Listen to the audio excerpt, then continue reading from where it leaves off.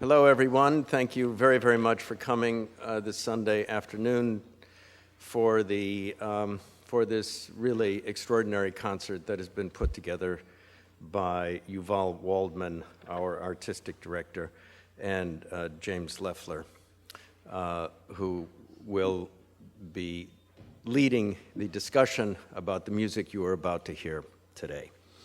I'm Jonathan Brent, and I'm executive director of the YIVO Institute. We have now entered the fourth year of this Krum Concert Series.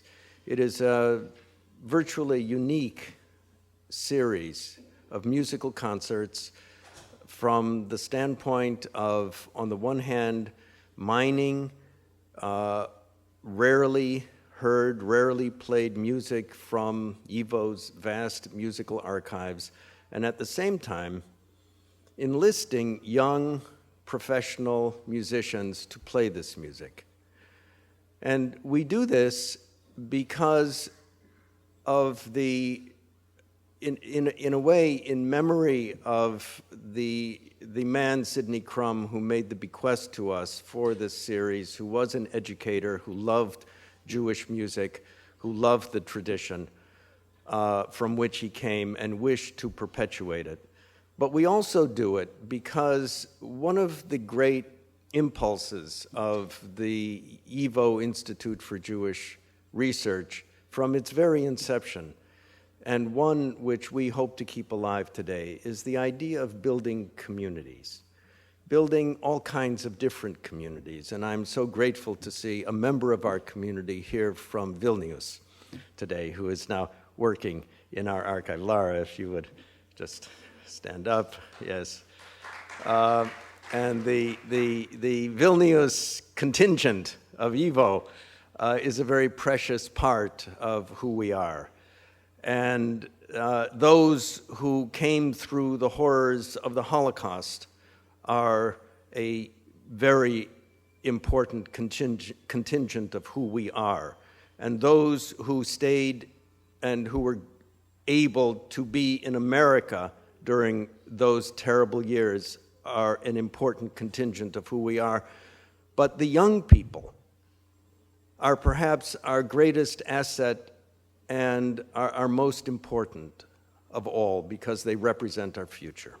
And passing this music down to another generation, teaching them how to play, teaching them how to think, teaching them how to hear this music, not simply as words on a page, but alive on stage, is one of the most important things that we can do. And so I have just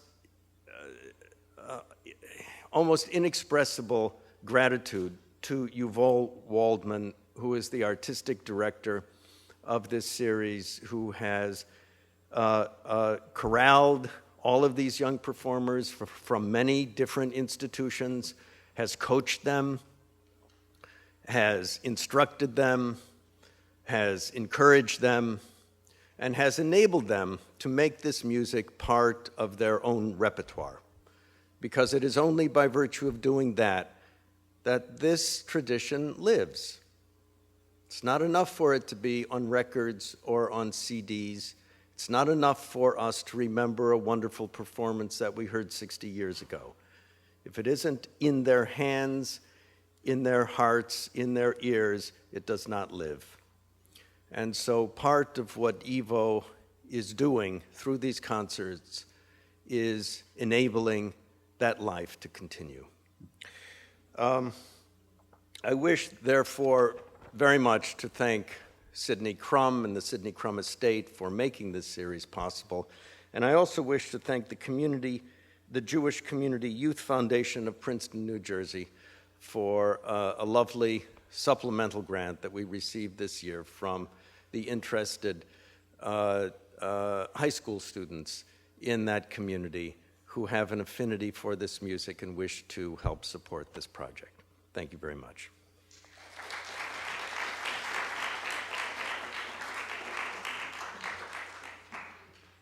There's an old Soviet joke about music, and it goes like this.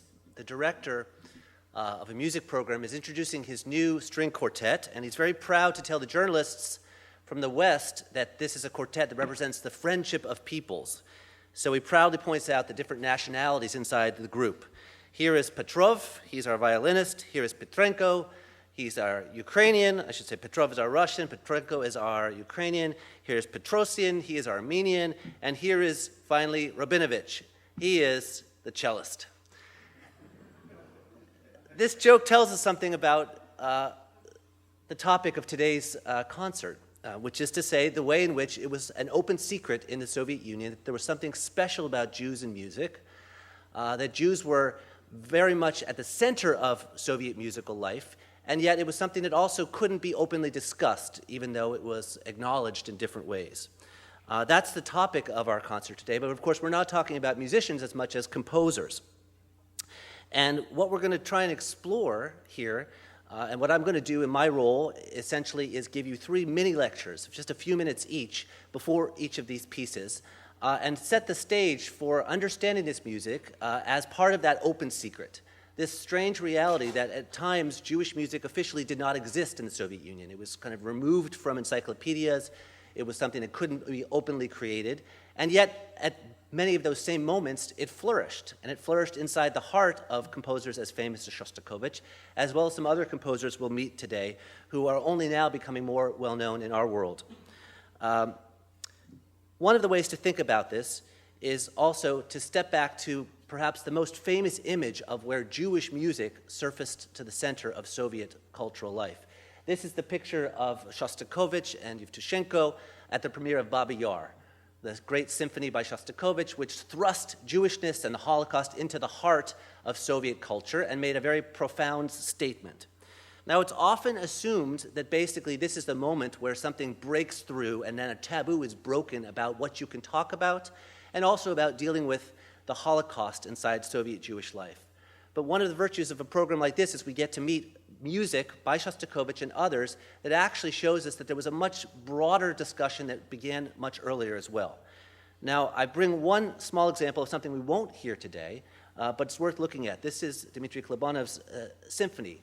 2 decades before Shostakovich, there was another Babi Yar symphony written by a Ukrainian Jewish composer. This is a short clip I brought. You won't be able to read it, but you'll take my word for it, from the Soviet Jewish newspaper Einigkeit, announcing the premiere and the triumph of this symphony in 1945, a symphony about Babi Yar, 2 decades before Shostakovich turned it into an international sensation. This is one clue to the fact that there's this whole universe of Russian Soviet Jewish musical expression that defies a lot of our perceptions about what could be said. But it still raises the question, and the goal of my remarks today, as I introduce these pieces, is to ask, so how did composers therefore go about dealing with these themes? Because these still were taboo subjects. Klobanov's symphony was a triumph. It was also repressed and canceled. He was accused of promoting Zionism and religion inside his symphony. So how did they respond? I'm going to spend a few minutes now introducing the first piece, and the first piece takes us really into the story of where this all comes from.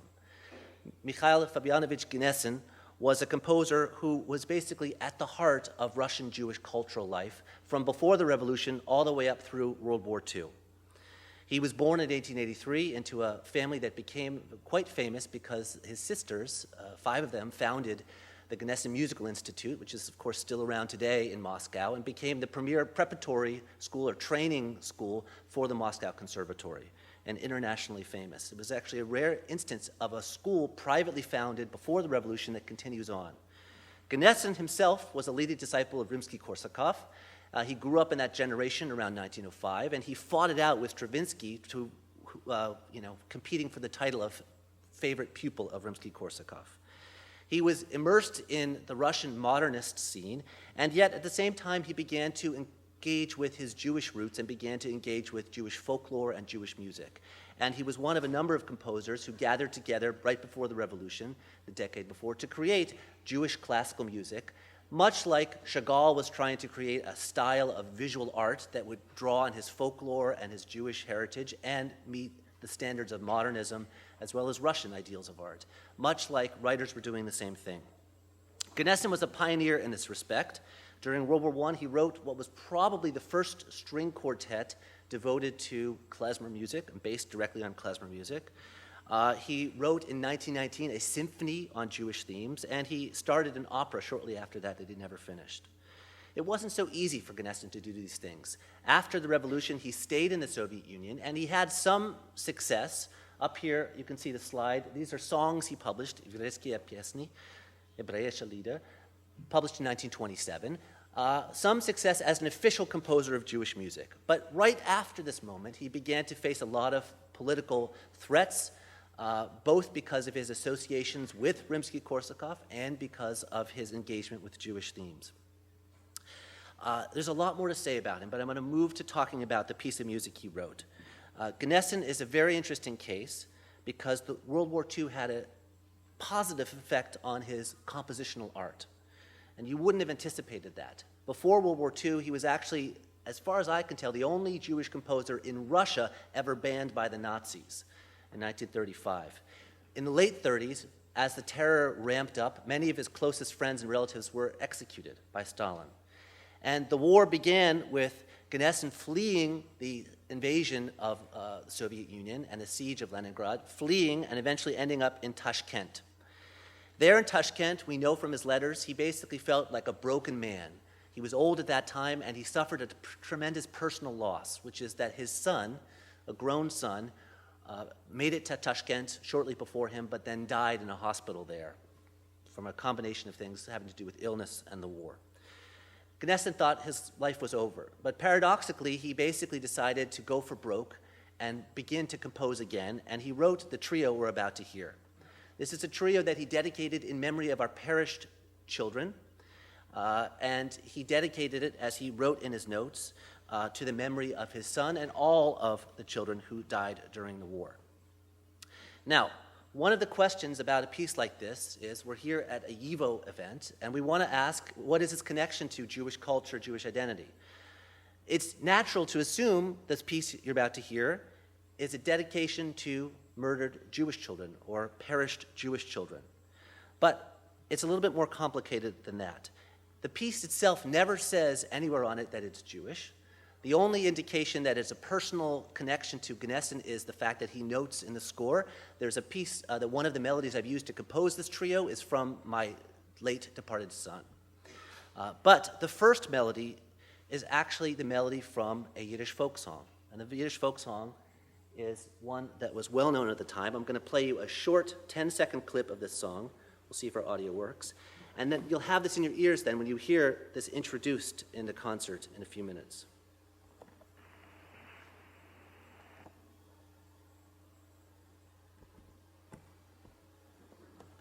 Amo is given aidele, aidele, aidele. O der gehat avaidele, avaidele, avaidele. O der gehat akadeso, akadeso, akadeso. Ist das Kadeso gestorben, gestorben, gestorben.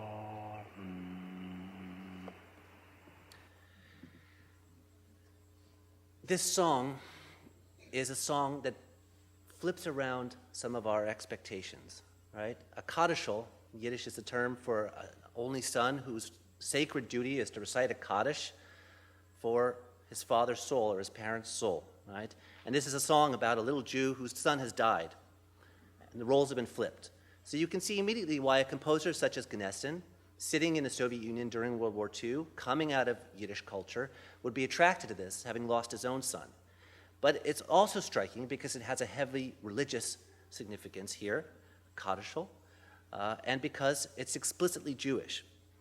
Now, the music you'll hear, we're doing this in reverse order. Sometimes when I've talked about this piece, I've played it first, but it's nice to present you with these ideas and then let you listen to the piece and see what strikes you about it. Because the piece itself is written in a very oblique style. It doesn't scream Jewish. It doesn't scream klezmer. It doesn't scream many of the things that you would associate with Jewish music coming out of Eastern Europe. And yet this melody is there, used as the first melody that opens the piece and returns throughout.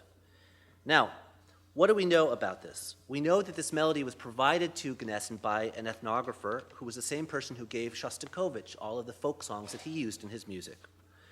We know also that this is a piece that Gnesin described many times in public and never mentioned the source of the folk song or the Jewishness of it. But we do know that he wrote to his sister about the song, and this is the version of the genesis of the piece. He writes that I can't tell the world. Meanwhile, in public, he says that this is a lament for all of our children who've suffered at the hands of the Nazis, as well as those who've died protecting our fatherland and those who've died during the war from other suffering. So he makes it about a general loss of Soviet society. And this is very typical of Soviet Jewish experience, being proud of being part of a collective, and the war is a chance to rally together against the fascists, but struggling with, therefore, what to do with the fact that the fascists have a particular agenda, which is to kill Jews when they find them. And Gnesin's song kind of captures the complexity of this identity. This was something that wasn't lost, and this is something also that's worth mentioning, wasn't lost on people in his moment. In 1946, in one of the first reviews of this piece, one of his students wrote in Sovetskaya Muzika, which is the musicological journal of the Soviet Union, that this is a piece which, quote, describes the particularly tragic fate of the Jewish people and Jewish melodies, and describes, quote, a hidden program inside the piece. Now, she didn't mention the song particularly. She didn't say there's a Yiddish folk song. She didn't say there was Jews involved. But there was this kind of coded language. It's kind of an open secret, which continues. There's another profile written in 1948, particularly important year for Jews in the Soviet Union, which talks about Gnesin as a fervent patriot of his socialist fatherland and a composer whose output is closely linked to his people, i.e. to the Jews. So that is the whole tension that runs through it. I'm going to show you one more slide, and then we're going to pause to actually get to experience the music and hear it. This is a letter written to Gnesin in 1948 from the Central Committee of Jews in Poland, written in Yiddish at a time when Poland was just on the cusp of being officially taken over by Stalinist forces. And it's a letter which in the Yiddish mentions a performance of Gnesin's piece on Polish radio for the 5th anniversary of the Warsaw Ghetto Uprising, and refers to the piece as dedicated to our murdered Jewish children. So again, it shows us this moment where in some places it was okay to call this a piece about dead Jewish children. In other places, one couldn't say that, but one couldn't apply it. And still in other places and in other senses, it was both. It wasn't about the Holocaust only. It wasn't simply hidden. It was about trying to say that one could be Jewish and Soviet at the same time.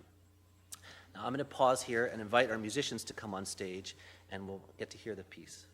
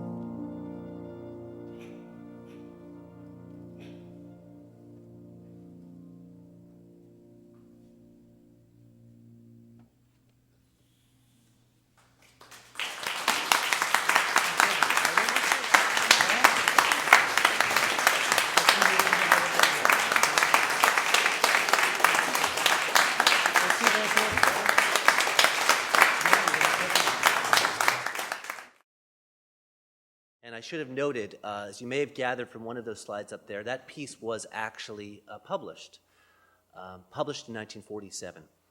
The next piece we're going to talk about and hear dates from exactly the same time, but it's a very different kind of piece. And the piece comes from one half of one of the most famous musical friendships of the Soviet Union. This is, of course, Dmitri Shostakovich, the composer, over here, and on the other side is Miecyzslaw or Metek or Moshe or Moisier Weinberg.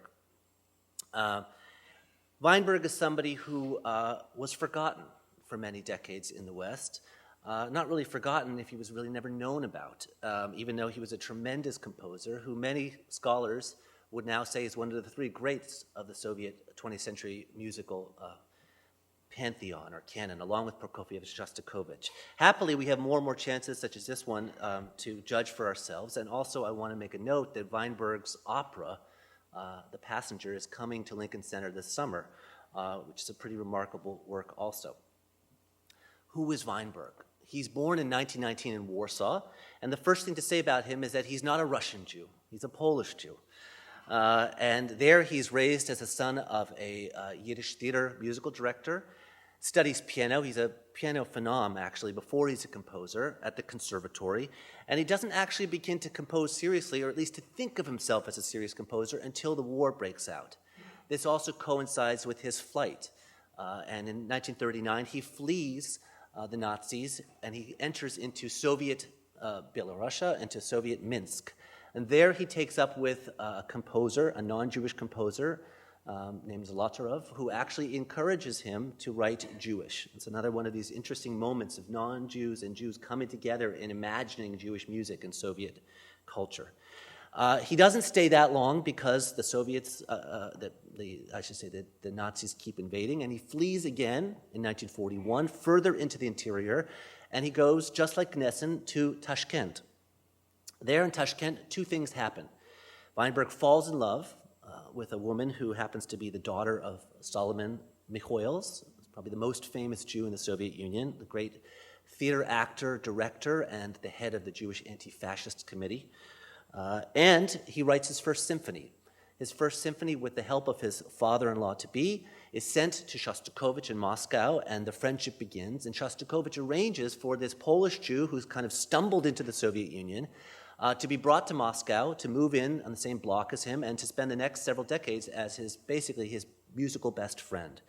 And he introduces Weinberg into this Soviet musical elite. Now, Weinberg does not have a conventional career. He never becomes an official composer. He makes his living writing film music. He also very frequently chooses to write about explicitly Jewish topics and themes, in contrast to Gnesin.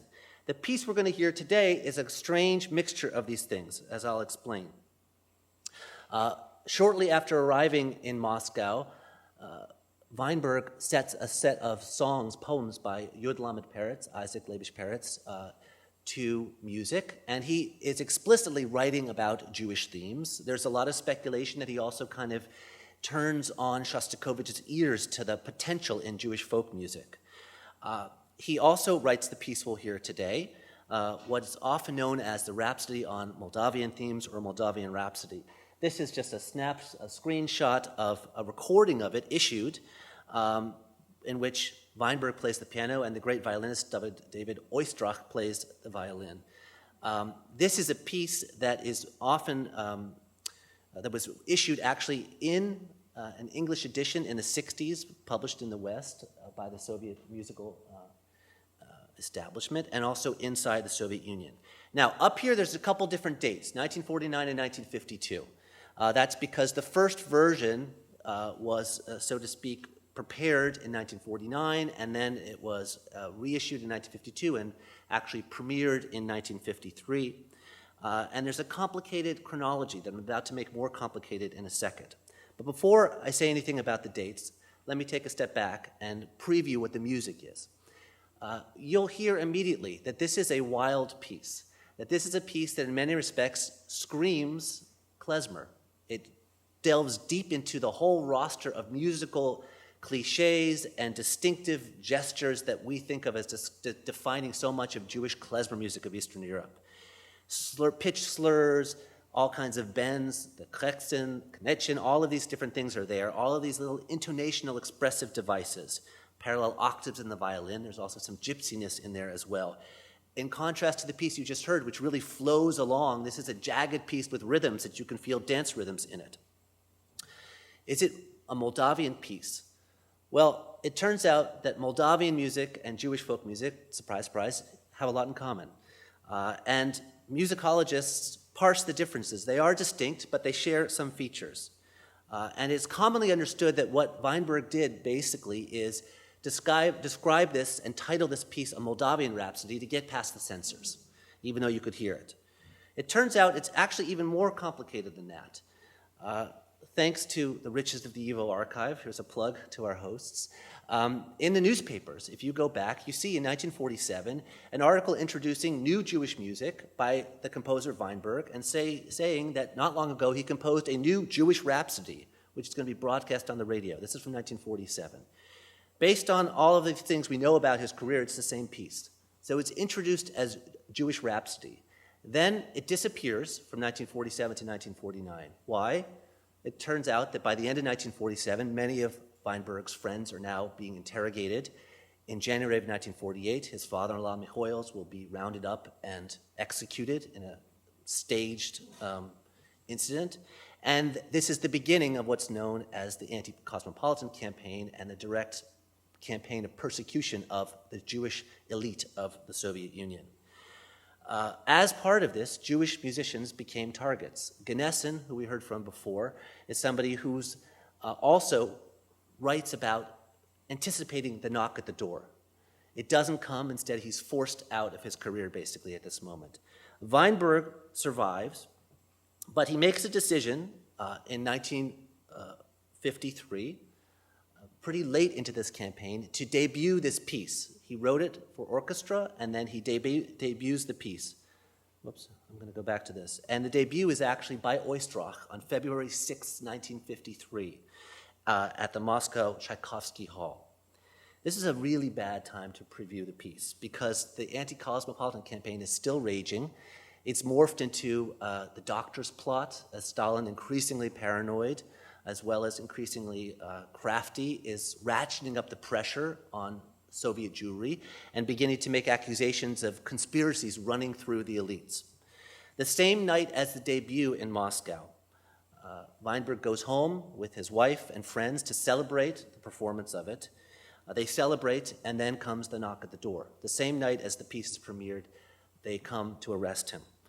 He says at the time, he takes off his belt, he takes off his tie, knows he's going to prison. He tells his guests, please, I'm not guilty of anything, just excuse me, I must go, and he leaves. He goes to prison. He's there for about 2 months, and then Stalin dies. Stalin dies actually after he's been there a month and gets out a few weeks after that. How precisely he gets out, I'll save for the second half of our concert because it has to do with Shostakovich, and it's not as simple as the dictator dying. But the key thing here is that this is a piece that he writes at this particularly terrible time. And it's a piece which, just like Gnesin, tries to deal with how you write about Jewishness and yet do it in a society which is willing to tolerate some things but also has a taboo effect. It's a particularly fraught moment because during World War II, Mikhail is encouraged to develop Jewishness, to develop a public Jewish culture as part of the war effort. Right? But immediately afterwards, this begins to be used against him and against all of these artists. Why Weinberg decides to premiere this is something we still don't know, but it's striking that he makes the decision to switch it from a Jewish rhapsody to a Moldavian rhapsody in the process. It doesn't help him, and perhaps that's because, for the reasons you're about to hear, it sounds very Jewish. So I'll invite our next roster of musicians up to now take us into this piece.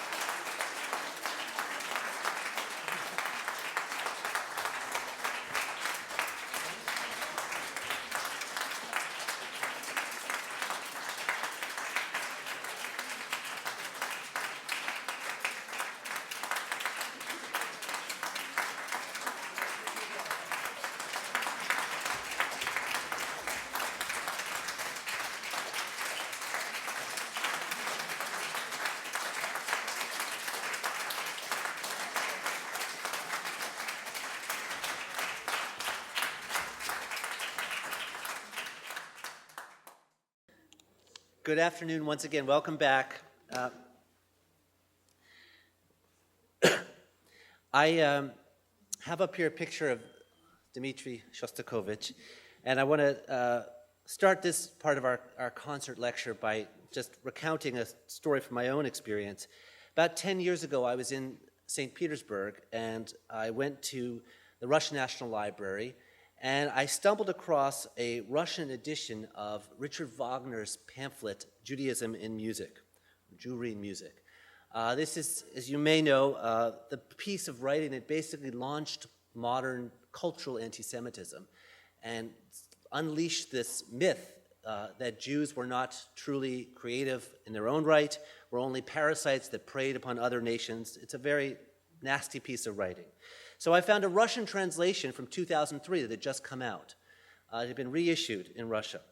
But what I found most interesting was that there was an appendix of famous Jews in Russian music to inform the Russian reader today about all the Jews who snuck their way into Russian music. And on the list was Shostakovich. So Shostakovich, just to make clear for those of you who don't know, he was not Jewish. But to the anti-Semitic mind of our own day, there was something about him that was Jewish. He was Jewish by association, right? And that's an interesting thing to think about, how they reached that conclusion. Now, if you're an anti-Semite seeing Jews everywhere in Russia, as many do, it wasn't an illogical proposition. We began this afternoon by talking about Baba Yar. Shostakovich is famous for writing one of the most famous pieces of music about the Holocaust. But not only that, as I mentioned, Shostakovich gave us many other works, such as from the Yiddish folk poetry, which is a setting of Yiddish poems and folk texts. And of course, he also is someone who was intimately involved with many famous Jewish figures. Now, this takes us back to where we left off before that incredible performance of that incredible piece of Weinberg. Shostakovich actually intervened when Weinberg was arrested. He intervened, he approached Beria, and he essentially vouched for his friend's innocence. He also took steps to help him, and which is to say he took steps to prepare for the worst, should the worst arrive.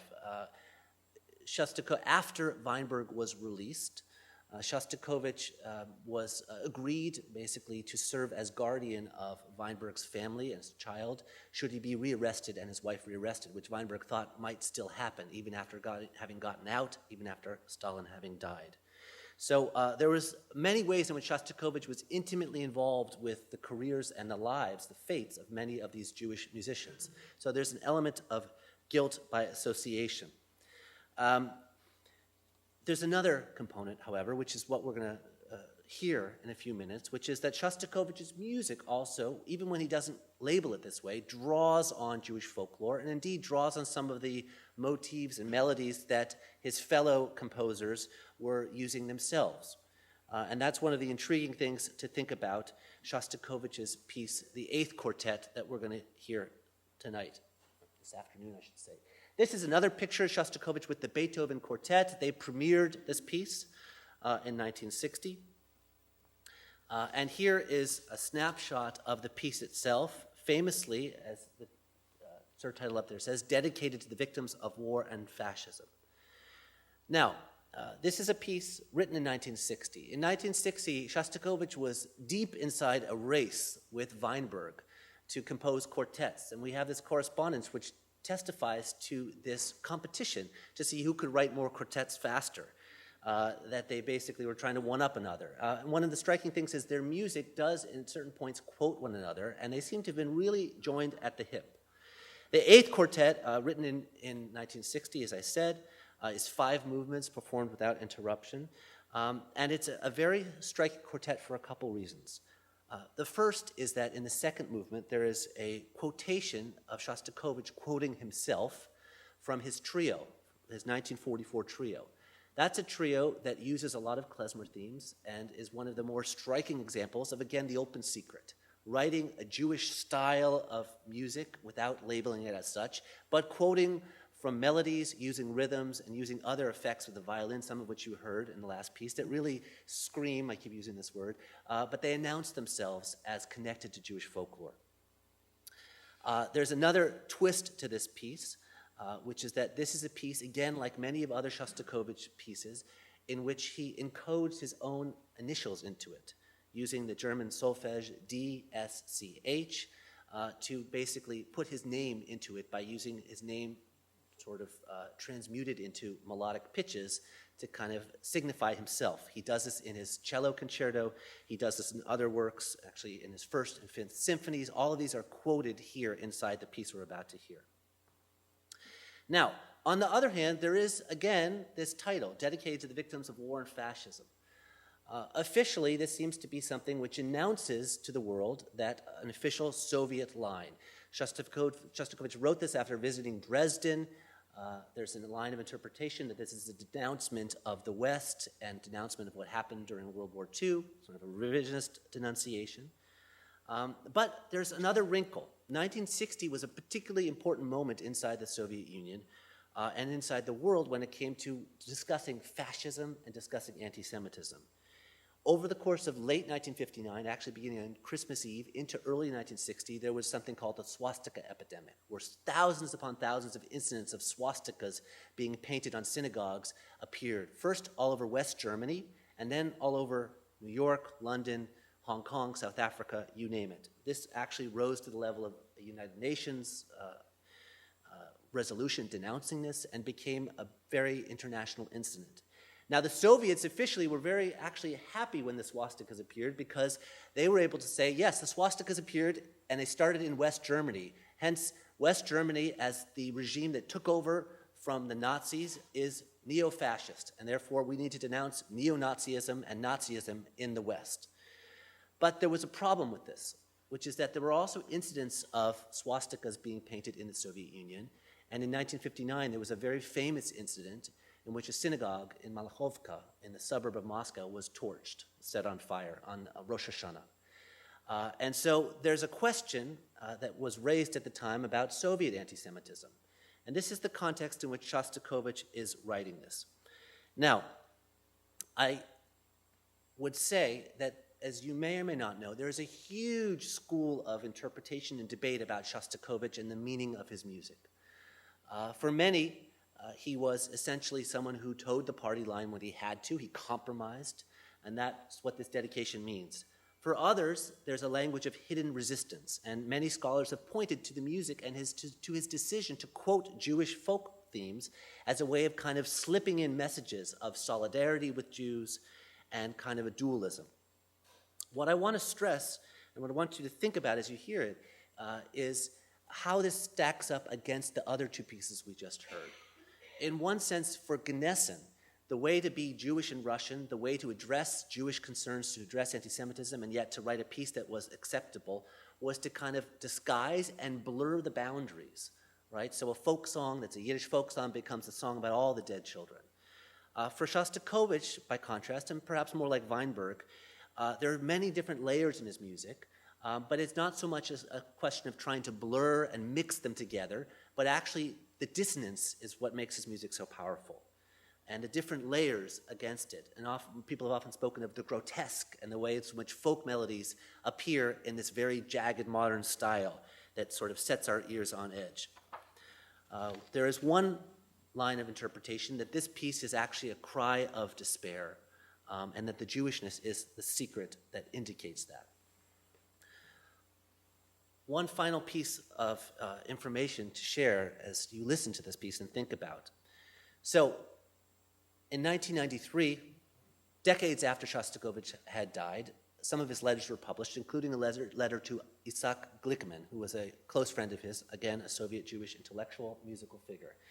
And in it, he has the following quote: "I reflected," in reference to this quartet, "I reflected that if I die someday, then it's hardly likely anyone will write a work dedicated to my memory. So I decided to write one myself. You could even write on the cover, dedicated to the memory of the composer of this quartet." So what does this mean? In one sense, this is a deeply autobiographical statement that the quartet seems to be mourning himself. And there's actually a strange correspondence between that and Gnesin's piece, which in some respects, Gnesin writes about his trio, that the melody is mourning itself in this piece. And there's this strange way in which these composers are talking about suffering out there, but also grappling with how to express internal demons. And this is part of what lends it so much of its power. In another sense, this has nothing necessarily to do with Jewishness. It's deeply personal. I told you he encodes his initials in it. So what I want to suggest is that these are just different ways of the open secret, right? They're different ways of how these composers grappled with Jewishness, why it was attractive to them, why it was taboo, and how they managed to try and present something. It's an invitation to us. One of the most powerful things about this is that we live in a very different time and place and reality when it comes to how we think about Jewish music, how we think about politics, and so on and so forth.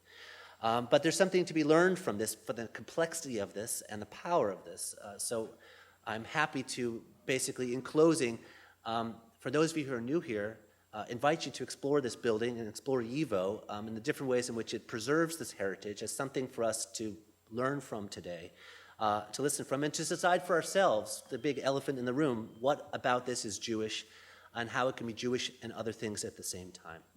So I'll stop there. I'll invite up our quartet and invite you to listen to Shostakovich's Eighth Quartet. Thank you very much.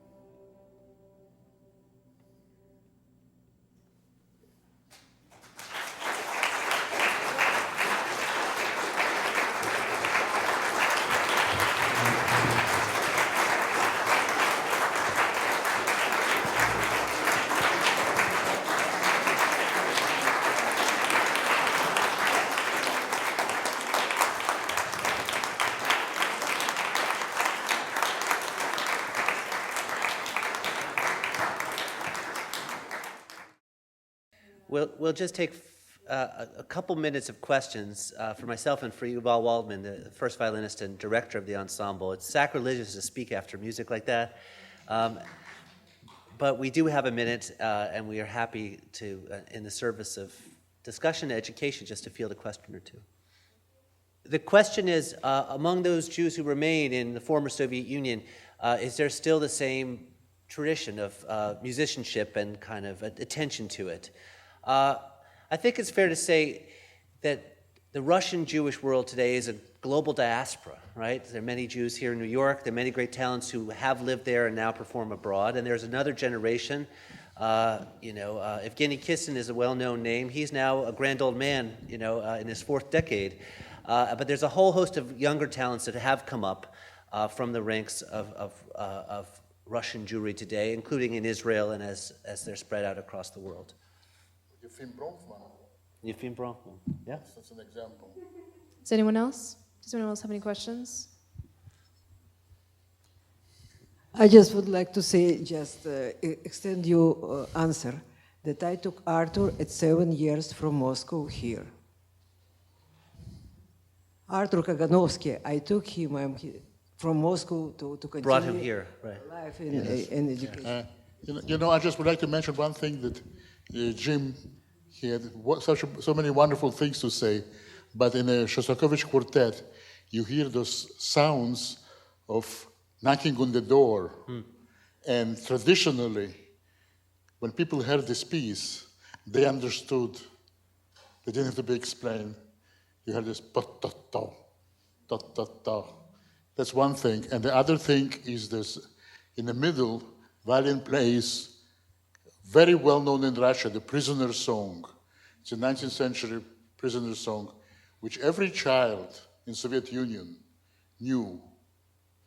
And so when they heard it, it was a very strong allusion, not just any prisoners, but the prisoners of the Gulag.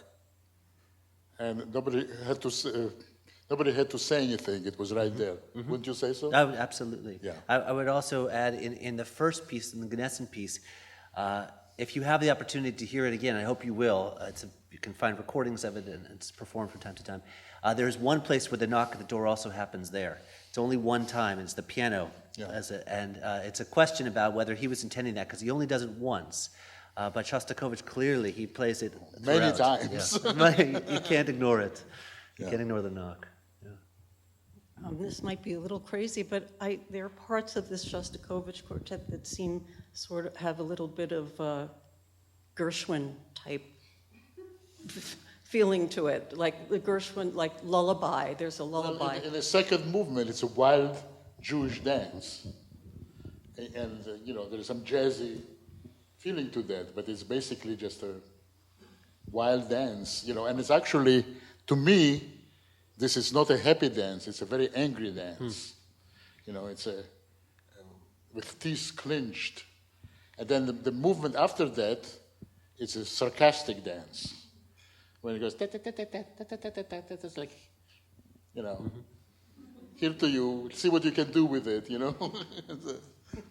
Yeah, maybe one quick afternote on that.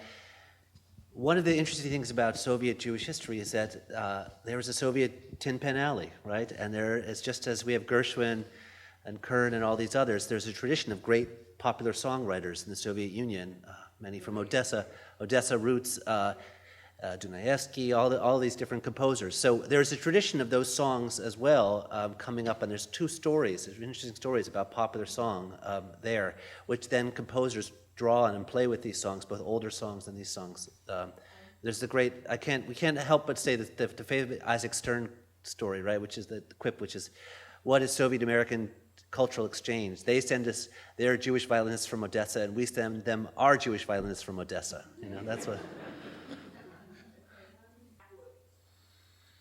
Who's going to deal with politics? The music and politics don't always the same. They're not always the same. And Putin, despite the fact he's very aggressive in Ukraine, is actually very supportive of the Jewish community. They built a fantastic Jewish cultural center, and his point of view that he and Russian government would support that financially and spiritually. All I'll say is the late musicologist Vladimir Zak, who once sat in this auditorium at a talk I gave, wrote a book about Shostakovich and the Jews. And in this book, he actually quotes from Shlomo Carlebach. And Shlomo Carlebach famously said that Shostakovich was channeling the Jewish spirit and was basically a biblical composer. So he didn't say he was Jewish, but he said, he was doing something. So Carlebach and Shostakovich come together at the end. Yeah. I just would like to quote one thing that Shostakovich said about Jewish music. He says the only people who dance and cry at the same time. And he was very attracted to that quality because he felt whatever dancing he did, the tears were always nearby. I think very much. Good to hear.